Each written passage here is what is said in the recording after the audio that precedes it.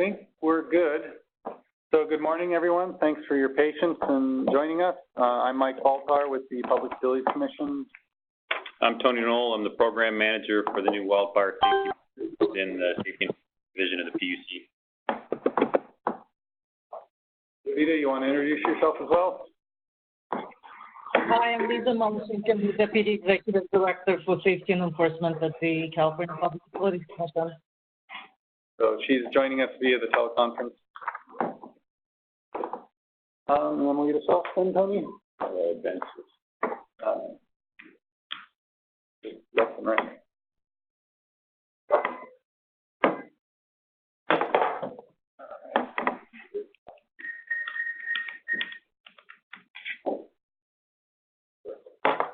All right. Yes.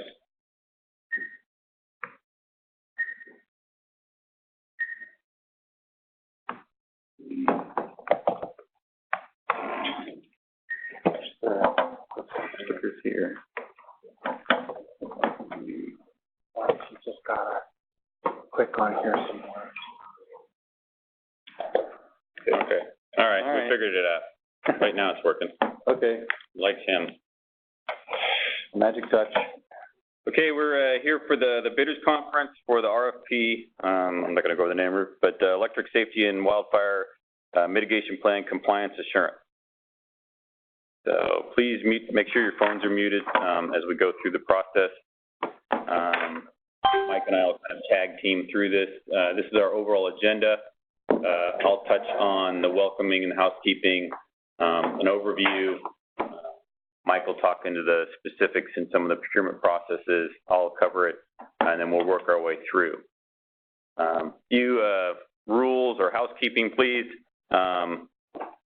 Our process or our plan is to make sure everybody has a level playing field. That's why it's being recorded. So for everybody to have equal access and make sure we're staying accountable to the public. When it comes to question and answers, please hold them to the end. We'll get through our part relatively quickly, and then we'll open it up for questions and answers. Just a footnote or a note.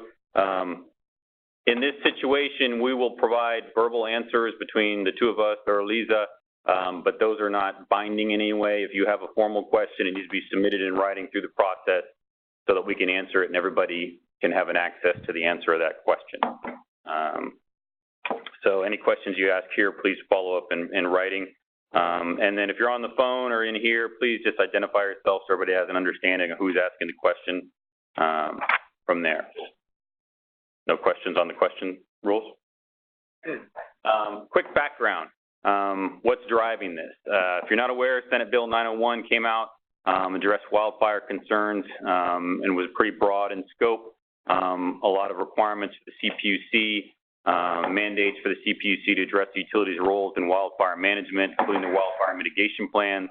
And that has dramatically increased the responsibilities of the CPUC and the Commission when it comes to monitoring the wildfire safety and wildfire mitigation of the utility. In that interim, we're looking to contract to fill some of these interim requirements and skill sets.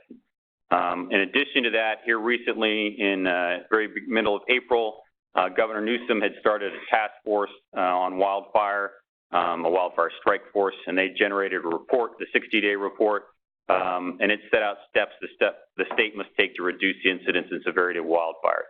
And in that was a portion in reference to the CPUC and what the recommendations for the CPUC. One of those was to strengthen the CPUC's efforts as an evaluator, conduct risk reduction, and a key line of defense to prevent wildfires caused by the utility. Recommended that the Commission expand its safety expertise by improving our ability to review wildfire mitigation plans, conduct inspections and audits. That's where this comes in, and enforce safety standards. Any questions? No, I won't ask for questions because I told you can't ask questions. Sorry. That was a test. If you haven't seen this, this is the CPUC's high fire threat map. Was developed in conjunction with CAL FIRE.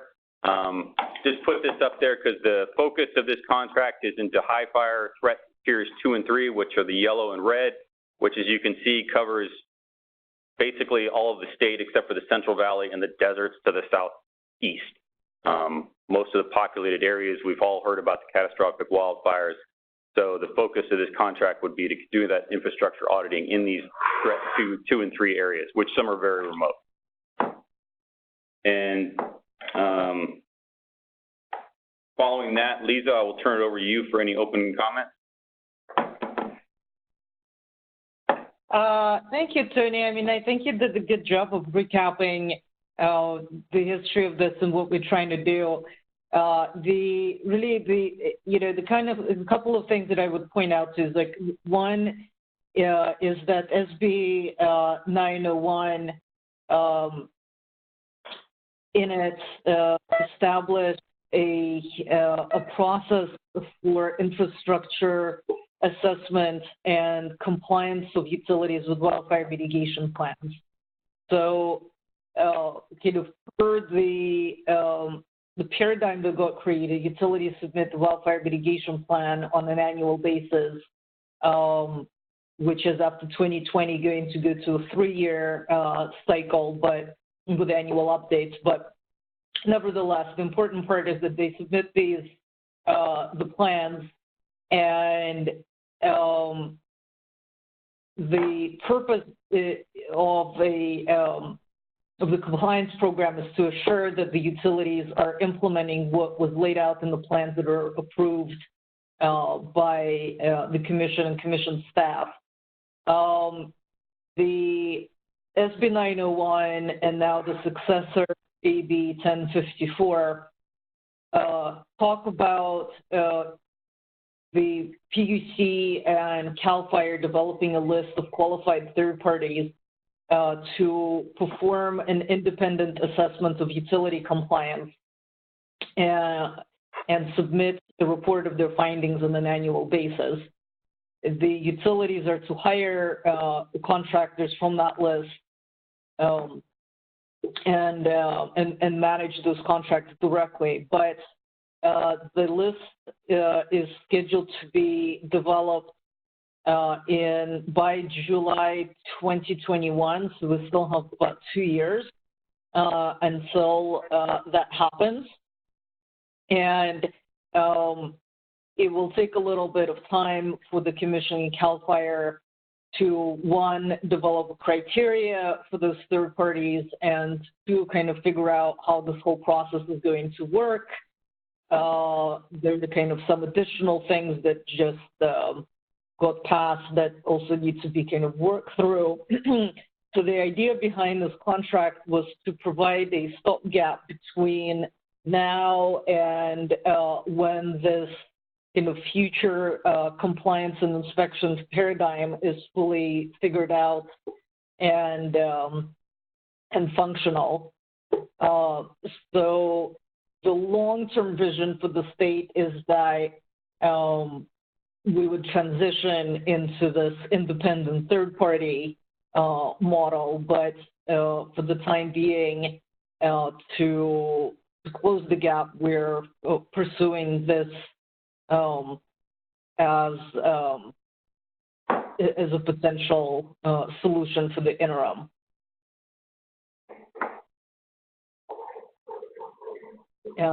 So I guess I'll stop there, and then if there's any more questions later down the line about kind of why we're doing it, what the vision of this is, then I'm happy to answer that. Okay, thank you, Lisa. And moving on. Talking about the scope of work, roughly these are the 6 tasks that are listed in the RFP. The main 2 functions are to monitor compliance of the IOUs, and then safety inspectors of existing and new distribution and transmission systems. Again, in the high fire threat 2 and 3 areas is where we're focused. And we'll cover these tasks a little more depth when we get to the desired qualification. And Tony, maybe I can jump in here for a little bit.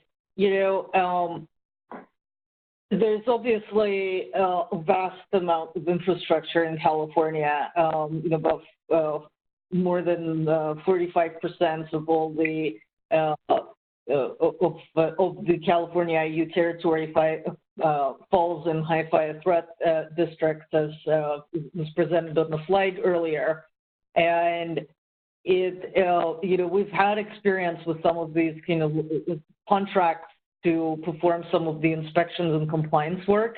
And it can be pretty challenging to figure out what to focus on and just how all the processes work. So, one of the things that tends to be a little simpler is new construction, because you can do more of a certification process that everything that's being newly constructed is constructed per code. So the idea behind that is that the new construction work stream would not for every facility, but on some kind of sampling basis that's risk-based in alignment with high fire risk zones. They would have somebody go out and inspect these facilities and kind of use that as well to figure out exactly what works in terms of doing this inspection assurance, and then expand out into doing inspections of facilities that are in service as well. So I kind of see this as two parallel work streams. One that's looking at new construction and doing some, assessment before the facilities are put in service, and another work stream in parallel that is doing inspections of energized facilities.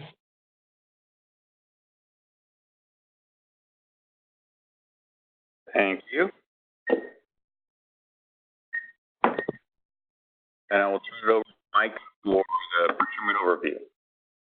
All righty. So for this section, sounds like we're getting feedback. You might want to. Please make sure your phones are muted out there if you're called in. All right. So, yeah, I'll be talking about the procurement process here and the minimum qualifications.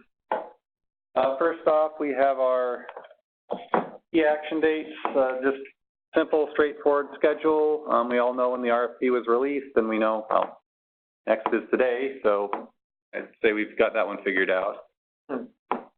Then we have about a week, so hopefully you've had enough time to get the RFP in your hands, read it over, formulate some initial questions. We've gotten a little bit already, but we wanted to have that period, and then as a result of this conference, any questions that come up in your mind, you have another week after today to get those to us in writing, at which point that's our written question submission deadline. So anything before then we'll definitely, address. And as mentioned earlier, we're to ensure fairness and transparency. All of the questions, now we do anonymize the questions, so no one, and even when I pass them along to the project team, they're anonymized, so they don't know who's asking what question. And so then we share them back out with all the answers so that everyone can know on an equal footing, any additional information that's given out. So that's the deadline for those questions is the 18th. We'll do our absolute best to respond to anything before then, and then we'll try to have the answers back by the 25th, if not sooner. And along with that, answers, if any addendums, changes to the RFP become necessary as a result of feedback, that would likely be out by that same date as well. After that, everything is sort of tentative after that. Currently the intent to bid, sorry about that. The intent to bid submission deadline and proposal response due date, those are fixed unless we change them as part of an addendum. But currently that's the schedule. After the answers are posted, give us an intent to bid on August 1st, and then we would want to see their proposals on the 22nd. After that, we go through the evaluation process, the associated interviews. That's hopefully when we'll be sending out, the notice of award. the schedules are fairly straightforward. And hopefully mid-October we'll end up having something in writing. I know we'd all like it sooner, but that's kind of the way the state process works, and there's only so much we can do to accelerate it. And any questions, ask me later. But hopefully it should be fairly straightforward. And reiterate some of the points. You know, I gave the deadline for the questions. Now we'll be doing the official QA document. Now, as part of the transparency things, this is why we strongly encourage, I mean, it should be in writing. I will pick up my phone, you know, if I get a call, but I have to be very, very limited in any information I get, you know, provided, basically just administrative stuff. Where can you find the RFP type of thing via phone? Because questions do need to be, you know, shared with everyone so that no one gets an unfair advantage. So that's why we don't do personal meetings, we don't do phone calls, aside from very, very simple administrative things. And well, that's by phone. I don't do personal meetings, period, aside from this. I am your point of contact outside of today. And this is the only time you'll be seeing Tony and Lisa regarding this solicitation. I mean, of course, you can contact them regarding other solicitations, but for this, I need to be your key point of contact because, as I said, I sort of anonymize and filter and act as a buffer to make sure that no one can accuse anyone else of favoritism by knowing, you know, we don't want back channels. Tony mentioned it earlier, but nothing verbally is binding except for the thing where I say that verbal things are not binding. So writing. And then you're obviously all here. You can talk to each other, you know, great. We do you know, the whole thing with prime contractors is there are subcontractors and you can make arrangements. But there's also this vendor ads functionality on CaliPUC to facilitate that as well. So, you know, we don't do matchmaking. We want no part of that. We want to, you know, you guys figure that out and then put your best foot forward. But to facilitate finding each other, there's this vendor ads functionality on the CaliPUC. So if you're a sub looking for a prime or prime looking for a sub, you know, check that out and see what you can do there.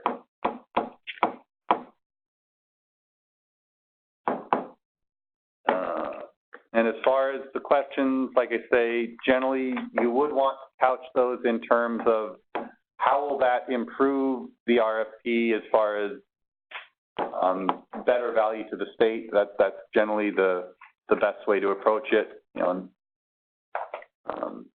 clarification, that sort of thing. And this, yeah, I think that covers this slide. The intent to bid, so that was on the schedule. The overall timeline is due August 1st to me via email. It's non-binding in that you can send an intent to bid and not bid. That's fine. You cannot, well, if you submit a bid without an intent to bid, you're wasting your time because that is a mandatory requirement. Basically, it sort of gives us a heads up a little bit earlier in the process is, do we have a viable bid? Because if we don't get any, it's better to know sooner than later. I mean, that's fine, but this is a sort of a cautionary step of the process, and like I say, not binding. So, and then so we don't really have a mailing list, but if you want to make sure, that you are copied on any notifications we send out, so without, you know, refreshing the CaliPUC page to see when we post the postings and stuff, you can send me an email, and I keep track of everyone who sends us an email, and I make sure that they're notified on that. Or you can send an intent to bid and say, no, I don't intend to bid, but that sort of puts you on our radar, and I'll make sure that any communications regarding this RFP you would be included on. If you wonder why you would possibly submit an intent to bid, would say no. That's sort of that functionality. I think that covers this. Now we get into the minimum qualifications. It's a little bit longer for this than some of our others. First up, this is all in the RFP, so I'm hopefully I'm reiterating something you already know, but this is kind of an important thing, so we are reiterating it. First off, you need to be able to work on the contract, including some conflict of interest regarding current contracts with some of the involved parties. You have to be in California since so much of the work is here. You need to have a presence here, otherwise logistically kind of probably wouldn't make sense. So that's 1 and 2. Number 3, it's basically saying that, you know, this is some pretty involved work. You have to have the certification, include those required documents, and be overall all over the state. You saw the fire risk map. It's pretty, covers a lot of the state, so you would need to be able to do the work in all those places, and not an office environment. You know, they'll have to be able to work outside and in some, you know, less comfortable conditions, be able to drive. Overtime may be required. Be able to sort of attest to the people you say you can bring, you actually can bring, because there will be, you know, a certain amount of workload, and be able to show that, you know, you've done similar work and can do the work. To sort of summarize this in a nutshell, now, you've read the COI portion of the RFP. You're registered as one of the appropriate entity types. Identify any subcontractors that may be present in the bid, so this is the bidder declaration form. So we do have a thing where, so you can, any subs can sub for as many primes as they want, but you don't sort of want primes for other subs type of thing, just to try to keep things as, you know, as separate as plausible without being too restrictive. Confidentiality non-disclosure statement. I touched on the intent to bid, so that's a requirement. Since there are professional engineering involved, we need professional engineers, so adhere with this code and make sure that, you know, you've included all the required documents in the proposal. So those are the overview and the minimum qualifications. Tony? Back to you. And we'll talk about desired qualifications, adding some more data. And again, this is from the RFP.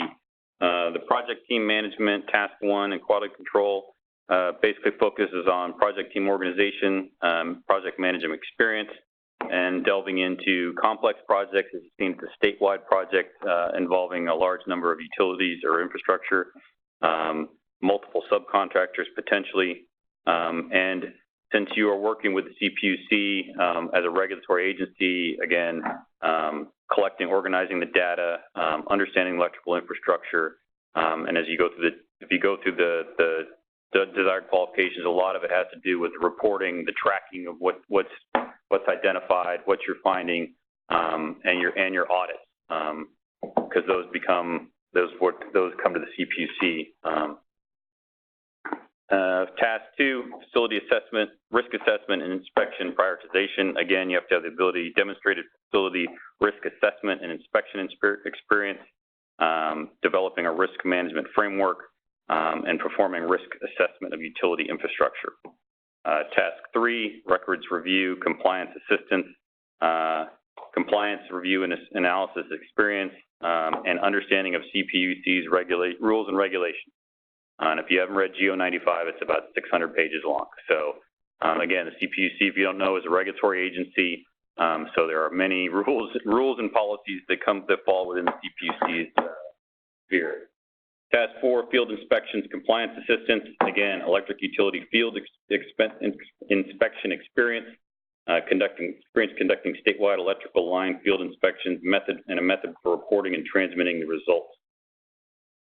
Qualified workforce is what Mike touched on. Again, we're talking about civil engineers and line inspectors and things like that.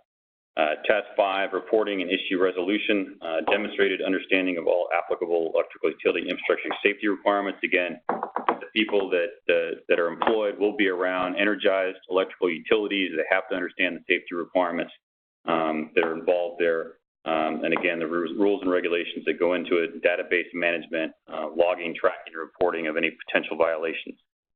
And then task 6, ongoing status assessment. Again, status assessment, trend analysis is based on what is found during the audits, and then documenting all that for future use. And Lisa, do you have anything you'd like to add under any of these, either minimum or desired? No. Oh, okay.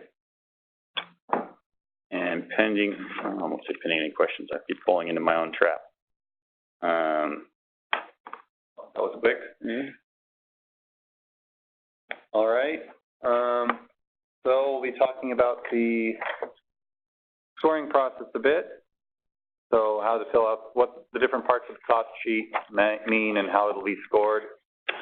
So the cost sheet has the 4 tabs: team members, hourly rate, commission defined, and total contract cost.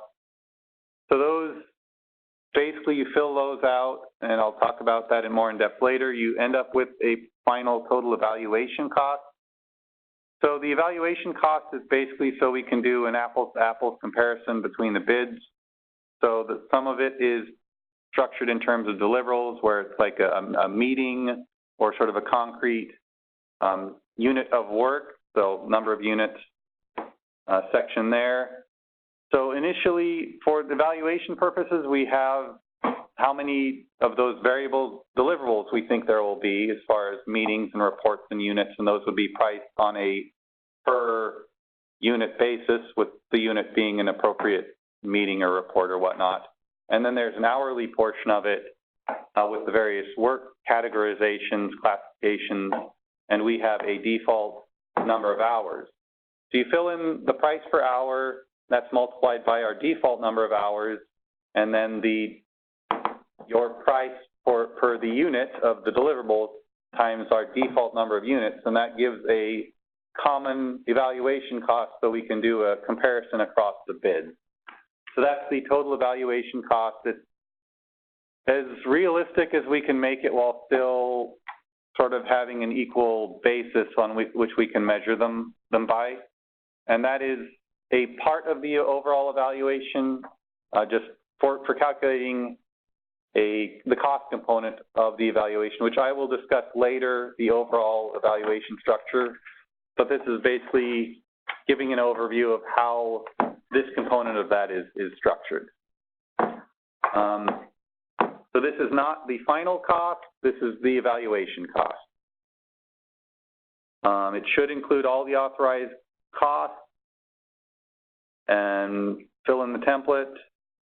And so after the actual evaluation, after the contract is awarded, it will go through a second phase. So the costs you give are fixed as far as the hourly rate or the per unit cost, but the number of hours and the number of units provided would vary. So we might decide before, when the contract is actually executed, in our estimation we thought we would need 12 meetings per year, but actually we think we'll need 16. You know, that number would change, but the per meeting cost wouldn't change. Likewise, the number of hours, you know, the hourly rate is fixed, but that would end up coming from a pool that wouldn't necessarily have to conform to the estimate in the evaluation. So now the 4 tabs. So first one is team members. So it lists the various team members, the title, the classification. I think it's a drop down, so it actually ties into the second tab, the hourly rate, so where you would give a rate for each classification. So for every team member, you would give their name, their description, and select which classification they're in. The hourly rate, put in the rate, and we already have the number of hours estimated, so that should just calculate through. Commission defined, that's the deliverables. So we already have our predefined what the deliverables are and rate for each, the number of each, and then you would enter in the rate for each given deliverable. And then finally, that all is calculated into the total contract cost. And the one important part here is that you need to make sure that you break it out by any subcontractors, if you have them.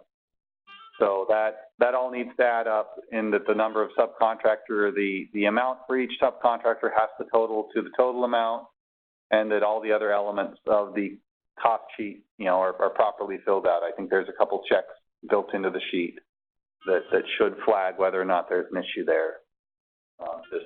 Just for your information. So all of these cost sheet elements actually feed into stage 4, but we're going to do them in order. So stage 1 is the technical review, which is what sort of Tony talked about earlier in the deliverables criteria. So assuming that you met all the minimum qualifications, you would flow into this, because when you submit your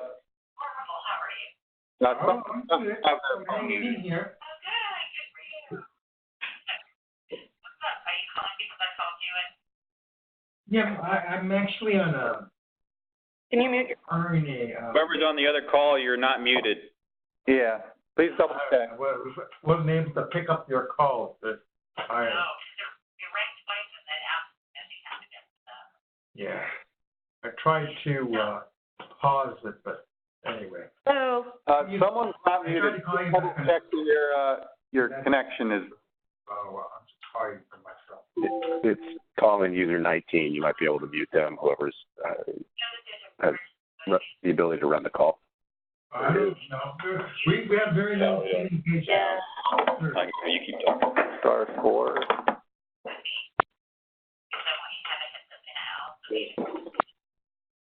Okay.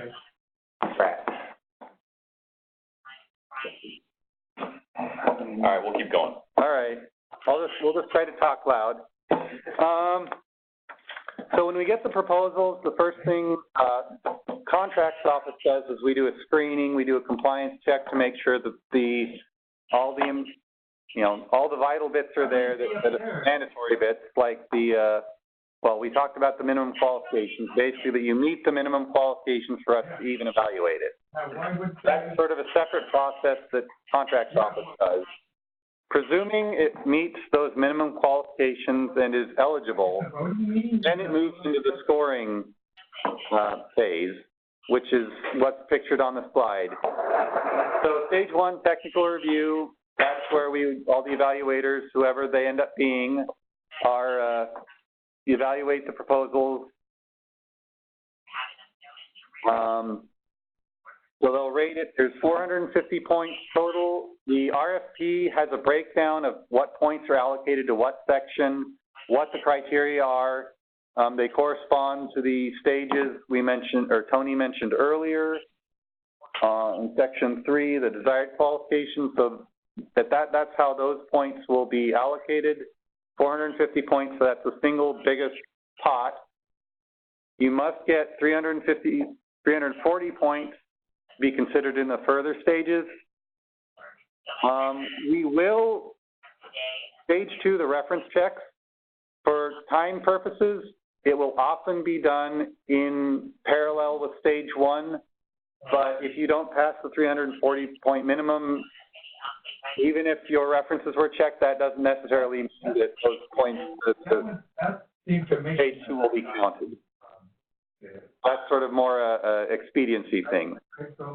Presuming you clear the 340 point threshold in stage 1, the results of the reference check will be taken into account.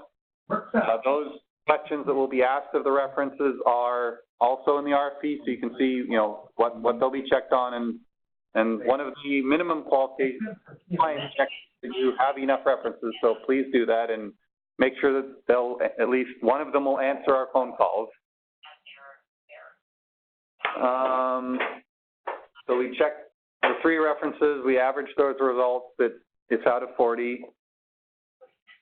After that, bidder interviews. So whoever passes the first 2 stages comes in for 30 minutes. Again, the questions they'll be asked are I think it is a little bit of a surprise as to which usually there's only one meeting. asking on, but if anyone who's that far along will be notified about what to bring and what to present on. So that's another 100 points. And then stage 4, the cost evaluation, that's where the cost sheet comes in. So whoever has the lowest points on the lowest cost on the cost sheet gets all 410 points. That's a Friday. Whoever has higher costs gets proportionally lower points. That said, even 90% of 410 is still a lot. So we weighed it. We want the state to spend the money efficiently, but technical qualifications are still, the predominant factor. I feel like I don't know anything. And just a reminder, someone please mute your phone if you could. That would be great. Caller 19. Right. So, Right. it just Okay, mute. this guy. Next week. I've asked for the AV people to come. I've asked them to come. Okay. Yeah, they're just locating him. September meeting. So, I want to make sure that I don't go down next week. So it's good to know that. I know there's a plan for it, Yeah. but I don't know if there's You have to start at the web app or whatever it is, commute it.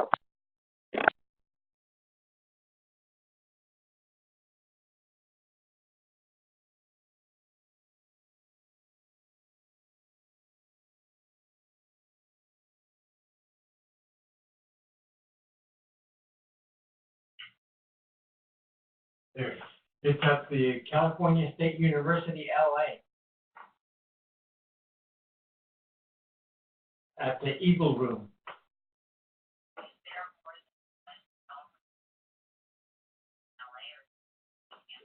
So there's several of them. There's the UCLA that's off the 405. But this one, I think, is off the 605?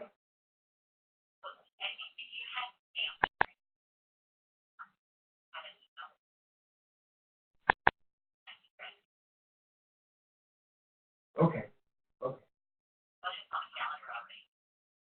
I don't think so. They're still trying to figure out if it's doable. It's not a done deal yet. But after Wednesday, I should know.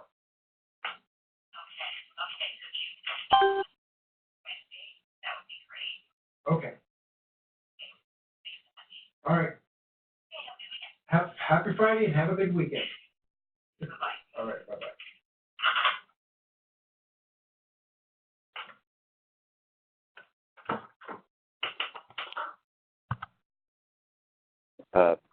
Tony or Mike, we can't hear you guys if you're speaking. We could only hear the call-in user 19, who just hung up and has ended his call. Excuse me. I think you guys may have accidentally muted yourselves. Okay, well, that was counterproductive then. We should Google. So, Don't worry about it. He finished his call. Let's keep. Sorry about that. To reiterate very, very quickly, what did you last hear from me? Was it the stage 4 cost evaluation? Yes. Yeah. Okay. So stage 4, I think I discussed that. So stage 5 is basically if you have 25% California Small Business Certified participation, you get 5% more points. Stage 6, also for stage 5, if you have DVV participation, up to 5% more points for that. The details are in the RFP, as are sample calculations, so hopefully that's clear. We would give an explicit number of points, except that the points awarded can depend on the other points and the other proposals, so we can't give exact totals at this stage in the game. But the formulas are all baked in their state, so no surprises there. Stage 6 is addition. Sorry for the technical difficulties, and thank you for your patience. Yeah. Matt, points. Now we're on Q&A. Also, okay, so we will respond to questions. Hopefully it's informative. The actual official stuff has to be in writing. Yeah. Maybe. No, it doesn't matter. At this point, the whoever it phones was are going to be open ended anyway. their call, so. Yeah, I tried. Yeah. So I guess first, do we have any questions in the room? Keep them on mute then. Yeah, I have a question. I'm Chuck with Cyclomedia. Does even subs cannot have a contract with PG&E, SoCalEd? In other words, I couldn't tell in the doc whether it was just the prime that couldn't have a contract or whether a sub could have a contract.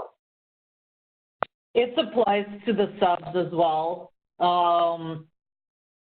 You know, I know that the conflict of interest is very restricted, and you know, I think we can potentially evaluate restrictions related to like past contracts and how far, you know, in the past they were, but it really, it poses too much of a conflict of interest for an entity to be basically assuring compliance and looking for violations and at the same time working for the same utility.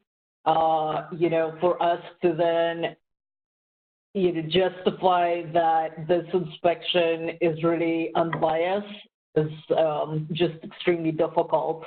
So I don't really see how we can, you know, have any kind of workaround, you know, that kind of an issue. Okay, and I mean, there's levels, right? So we're supplying some street level imagery that's being used by one of the providers in the state, and they're doing the evaluation, and now we're just providing them some technology. So, but at any rate, that's all I needed to know. Thank you. Yeah, I mean, I think the challenge is, again, that if you have a direct contract with the utility, you know, one may argue that you have a financial interest, and that, you know, if you were to, you know, find a bunch of violations and, you know, that lead to an enforcement action, that it could, you know, put your contracts under threat. So it kind of, it just creates either an actual financial conflict of interest or at least an appearance of one that is, you know, that I find it challenging to see how we can kind of work around that. Okay, thank you. This is Ryan Brockbank. I have a question related to the previous question. If a subcontractor is currently working for, say, San Diego Gas and Electric and Southern California Edison, but not PG&E, could they work with a prime or under a prime to do inspections on the PG&E service territory only? You know, I think at this point in time, you know, our goal was to hire one contractor who can cover the entire state, and, you know, not have conflicts, because, again, like, you know, the only way that I can see what you're sort of talking about work is if we have multiple contracts for different utilities, because otherwise it just becomes, you know, again, like that inherent conflict like exists, and to kind of build those firewalls and to make sure that there's no actual conflict or appearance of a conflict, I think is still a big challenge. So what our, you know, ideally our goal is to really find an entity that has no current contract with the 3 IOUs, and the subs would also not have any current contract with the 3 IOUs. Okay, thank you.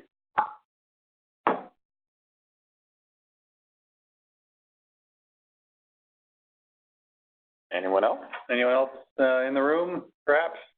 Online? Maybe you want to check the WebEx?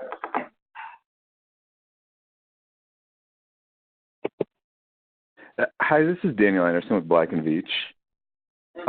With what you're saying about exclusions, I mean, are you concerned that you might not even have a bidder because you're looking for a company that has an office in California that's qualified to do this work but hasn't worked with any of the 3 major utilities? Not that hasn't worked, but doesn't have current contracts. Right. I think past contracts are a little easier, yeah. Yeah, I mean, I completely understand the challenge of what we're trying to do, and it may very well prove to be impossible to find a bidder, but I think as a first step, that's what we need to try. We need to at least have an attempt to find an entity that can perform this work without a conflict of interest, and if we are unable to find one, then we can sort of start looking into, various options, and at that point, it may be good to get some ideas as to, like kind of how to potentially try to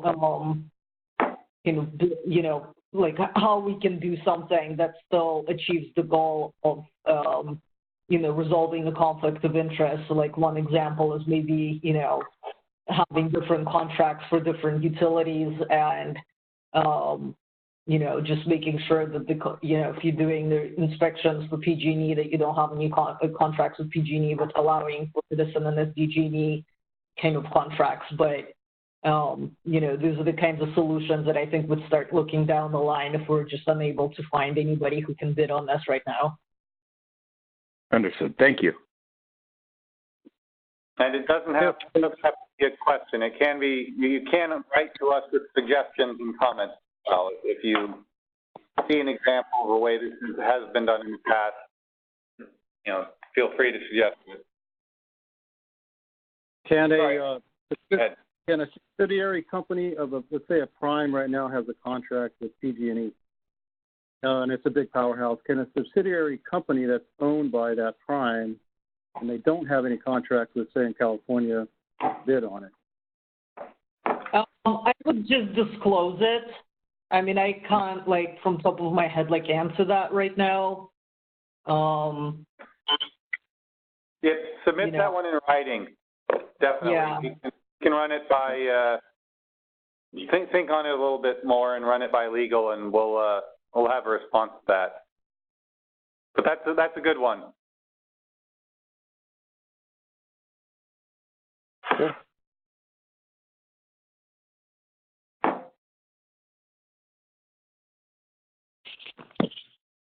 Anyone else?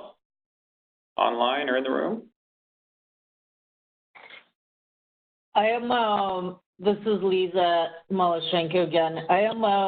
I'm interested outside, to get some feedback outside of the conflict of interest issue, if what we are, trying to do is clear, if the way that the RFP is structured makes sense, and if this work is feasible outside of the kind of the conflict of interest issue. If anybody has any kind of comments and feedback on that.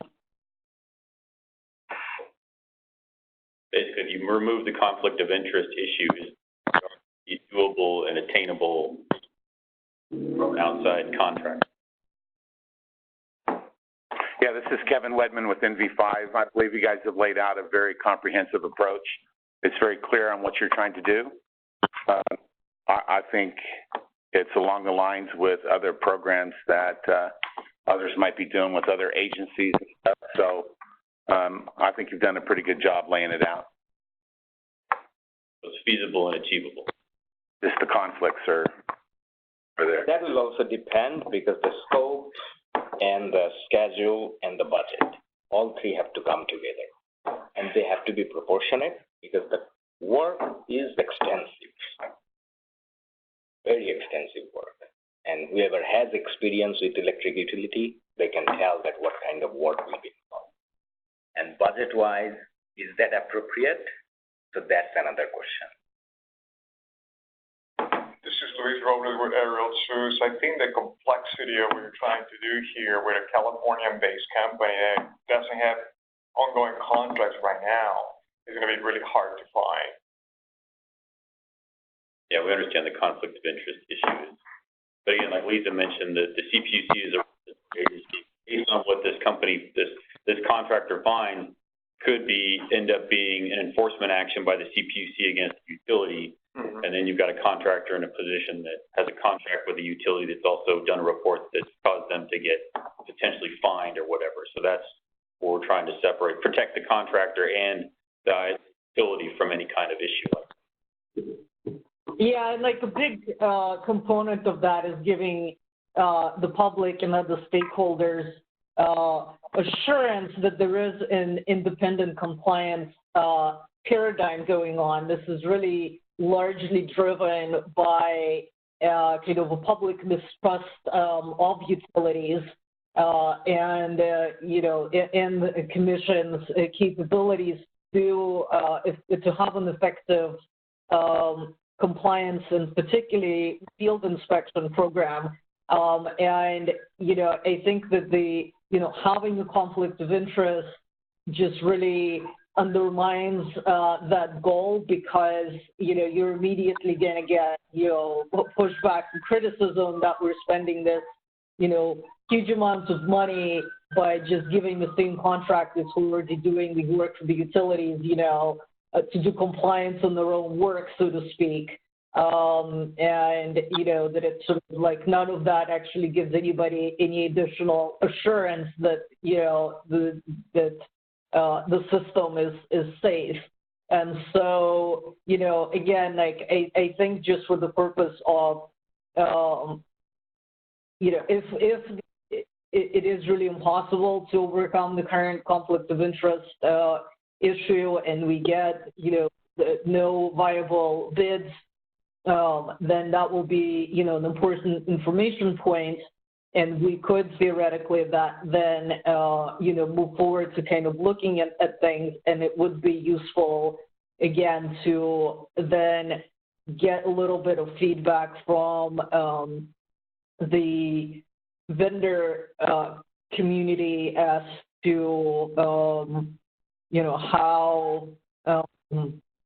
how this can be still effectively firewalled, because it definitely is not an option to just completely waive it and allow a company to both be making money from PG&E and, doing compliance assurance work at the same time. So there's got to be, some firewalls and some protections in place that we can coherently argue that the compliance work is still unbiased and not compromised.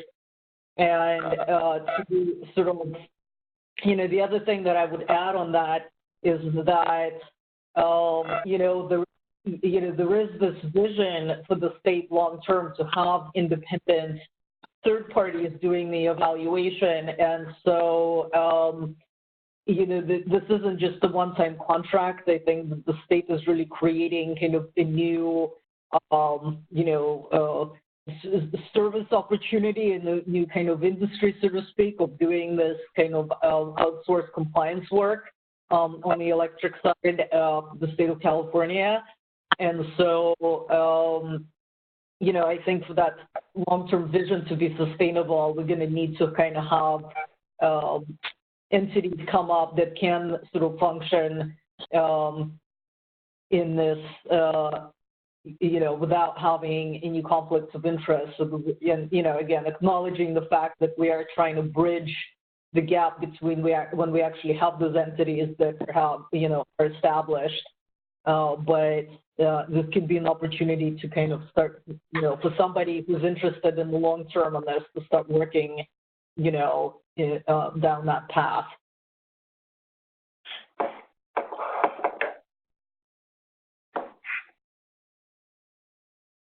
Anyone else? Online or in the room?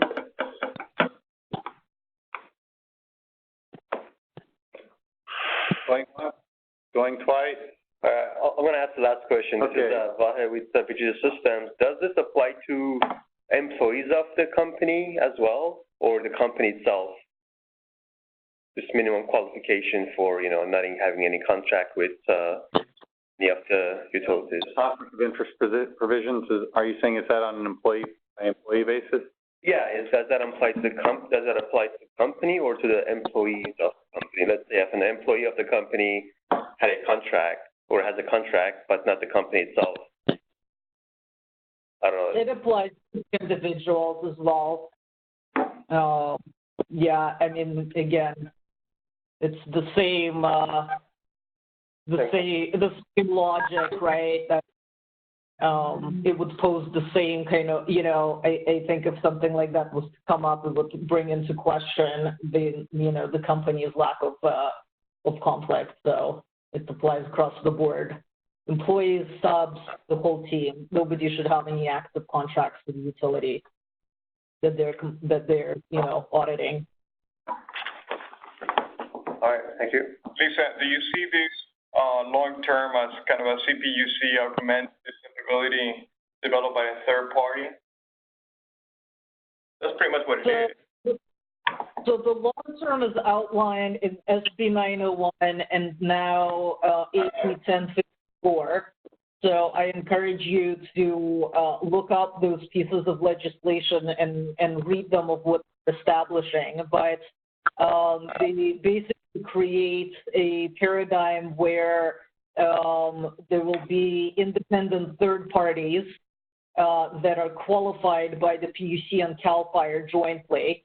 That are CAL FIRE and the PUC are directed to maintain a list of qualified independent third parties that can perform compliance assessments of electric utilities. And once that list exists, utilities are to hire from that list. And then this entity performs a compliance review on an annual basis during a compliance period that will be established by the Commission, kind of in alignment with the Wildfire Mitigation Plan approval cycle. So it basically is ongoing, because if you're doing a compliance on an annual basis with a report and you're doing it, every single year, then you're basically, kind of constantly in that cycle, I would say, due to the magnitude of what we're talking about here. Yeah, and so the utilities get to hire from that list. Every utility can hire, whoever they want, and the ratepayers pay for it. And there's currently no cap or no estimate on the cost. And the Commission has a rulemaking open that is referenced in the RFP. The number I cannot remember from the top of my head. But we're currently starting the phase 2 of that rulemaking. And that phase is looking exactly at this question of the long-term kind of in third-party inspector compliance paradigm, and we'll work on defining kind of the requirements for that and how all of that will work and how we're going to do cost management and like all kinds of things. So that will be playing out over the next year or so.